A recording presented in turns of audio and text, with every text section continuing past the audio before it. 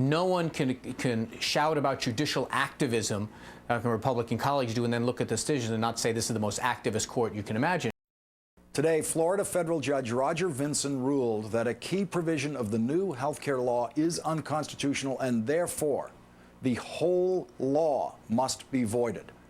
The judge, a Reagan appointee, said that Congress had exceeded the bounds of its authority by forcing people to buy private health insurance. The reason we have the requirement that people get insurance is to help the insurance industry, to say to people, look, if we're going to give you this subsidy, you can't be a freeloader. You've got to go out and take the subsidy and get insurance.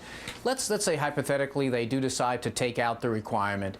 I only think that 4, 5, 6% of the people are not going to want to get insurance anyway. Most Americans want to get it. You look at the experience in Massachusetts where they required people to get it, and that was about the percentage of people that didn't sign up.